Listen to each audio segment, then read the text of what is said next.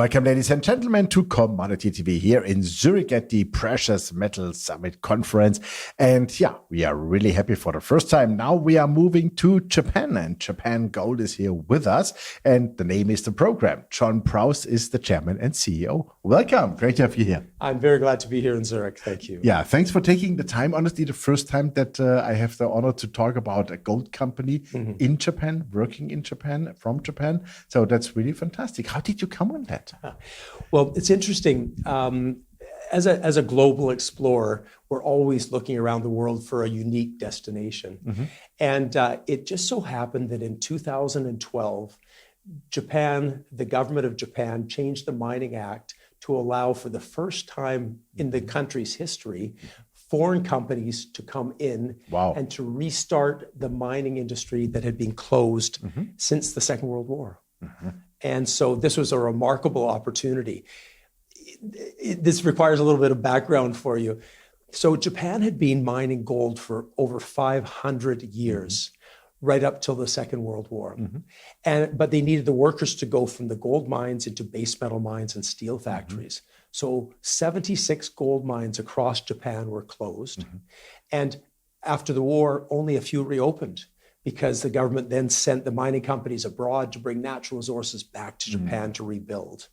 And from there, the country sort of advanced in reconstruction, et cetera. So the gold mining industry, and especially exploration, was deemed to be extremely risky. So years later, when the industry had stopped, the only explorer in Japan was not the mining companies, because none of them had a mandate to explore, but the government itself would do just some scientific programs. And it just so happened that in this southern island of Japan, which is called Kyushu, they drilled a vertical drill hole to measure how thick are the young volcanic rocks and where's the basement, where are the older rocks. And they drilled vertically down 200 meters. And there they discovered what is today one of the highest grade Tier 1 gold mines in the world, and almost nobody's ever heard of it. And it's called Hishikari. Now, Hishikari is owned by Sumitomo Metal Mining, which is well known, of course. Very well known, yeah, absolutely. And you know, they're explorers and miners elsewhere in the world, but they're only miners in Japan. To give you a sense of the scale of Hishikari, Hishikari is now approaching 14 million ounces of gold. They've already mined 8.6 million of those ounces since 1985, when they went into production.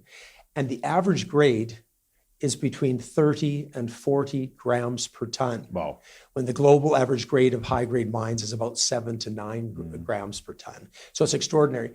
The other very unique thing about it is this is what's called a low sulfidation epithermal gold mine. So it's quartz veins that, there's a whole swarm of quartz veins that they basically blast, bring the vein material up a ramp to the surface, and then they directly ship it to their smelter. They don't even process it. Crazy. So the all-in sustaining costs globally right now are about $1,450 an ounce.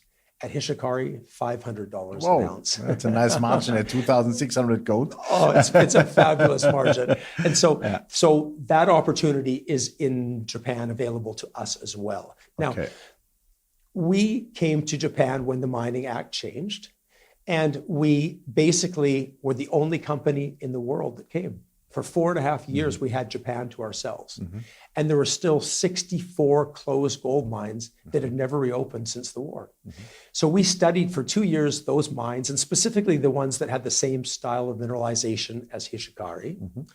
And then also to that 2-year period, there was no permitting system. So we helped the government design the permitting process with a collection of ideas from around the world.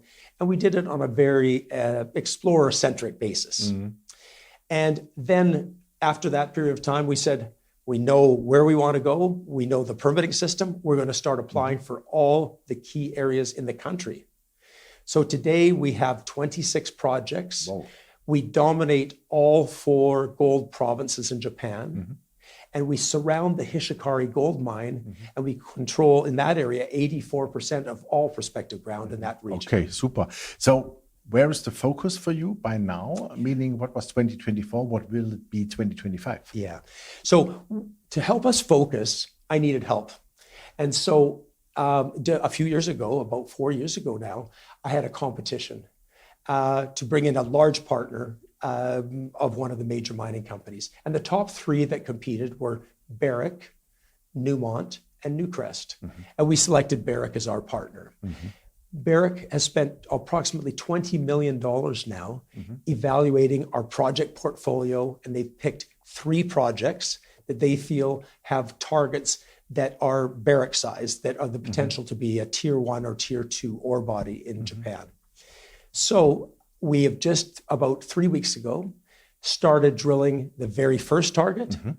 And then we're moving on for 5 targets in a row. We're going to be drilling between now and say next May to June. Okay, super. So that's a very important step. So that's Barrick, and Barrick solely funds that. Now, Barrick only earns an interest when they complete a pre-feasibility study on one of those targets. Then they can earn 51%. When they complete and fund a bankable feasibility study, they get 75%. And so we're carried right through bankable feasibility. Wow, and good. to support that, what we've done is our shareholder base now is very unique. We have 63% of our shares are with 12 of the biggest financial institutions in the world that all want to be those funding partners. On the other side, what's really exciting and over the next few months is going to manifest itself is that 8 months ago, I brought in a global discovery leader to Japan Gold. This was Fraser McCorkadale, who was the head of global exploration for Newcrest.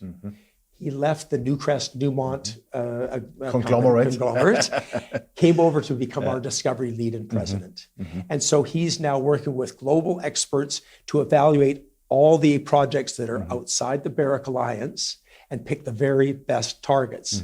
So once we drill the Barrick 5 targets, we'll be moving on to our targets as well.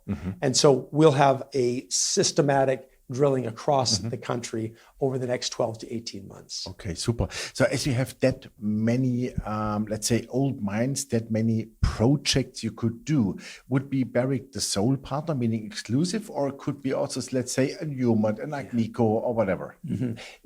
Great question. We definitely have the opportunity now, and there's many international mining companies that would like to come into Japan. Why would they like to come to Japan? They know that we would be happy to bring in partners. We are a very good operator in Japan, so they don't have to have their own staff already in Japan because nobody does except us.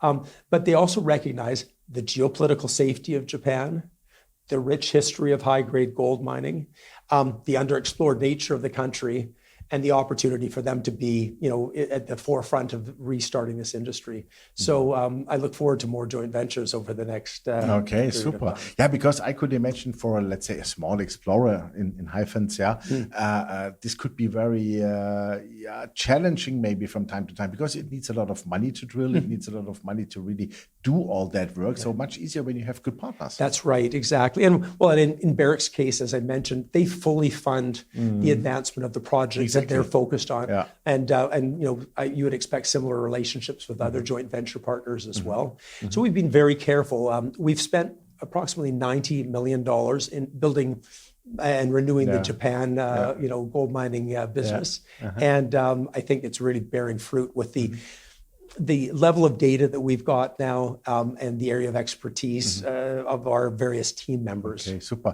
If we look now at the bigger picture, would that mean that, let's say, you want to bring several of those old mines again in production then with Barrick or other partners? Well, that's an excellent question. I think that was my first thesis when I went to Japan, was that the best place to make a new discovery globally, now they say 80% of all discoveries are made within 5 kilometers of the head frame of an old mine. And so I think that possibility exists in Japan. But I will tell you this. So up to 1943, over 500 years, most of the mining was done very shallowly across Japan, maybe going down 100 meters, maybe 150 meters. And the biggest mines were 1 million ounce to 2.5 million ounce mines. Now you go a little bit deeper to Hishikari, 200 to 300 meters, a brand new search space, 13 to 14 million ounces. No one's explored really at that level. So our focus is really those old mines are really a good indication of what could be there. We know these are well gold endowed systems, but we're looking for those larger prizes in that new search space. So that's what our focus will be. Okay, super. So how would that work then when for example, Barrick has 75%, you have 25% until you said pre-feasibility, Yeah, right? no, that's until bankable feasibility. Bankable feasibility, sorry. At that point, then we're going to go build a mine together. Yeah. So we'll come up with our 25% of the funding and Barrick will fund the 75%. Okay. And that's why I built 12 institutions as placeholders into Japan Gold. Exactly. That they want to provide that larger capital to help us build mines. Yeah, that makes really sense. Super. How is then, you alluded already to that the mining code changed, etc. But how is the permitting, let's say, compared to the US, let's say Nevada? How is the permitting compared to Canada?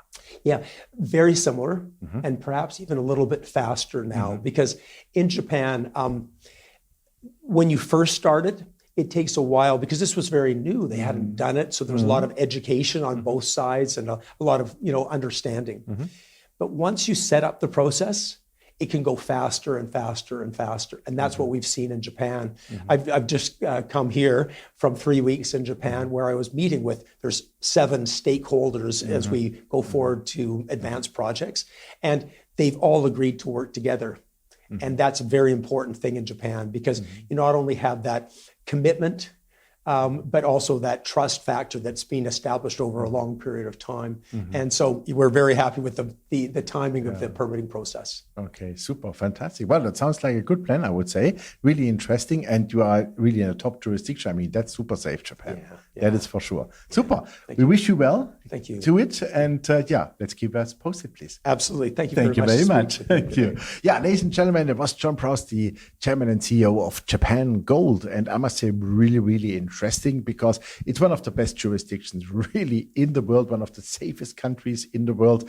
And Barrick is already in the boat. So what can I say? More are really knocking on the door. And as John alluded to, he has lined up 12 super institutions, good shareholders, which are backing him, helping him. And so I would suggest you really have a look on Japan Gold, not only on sushi. Thank you very much. Take care. All the best. Bye-bye from Zurich.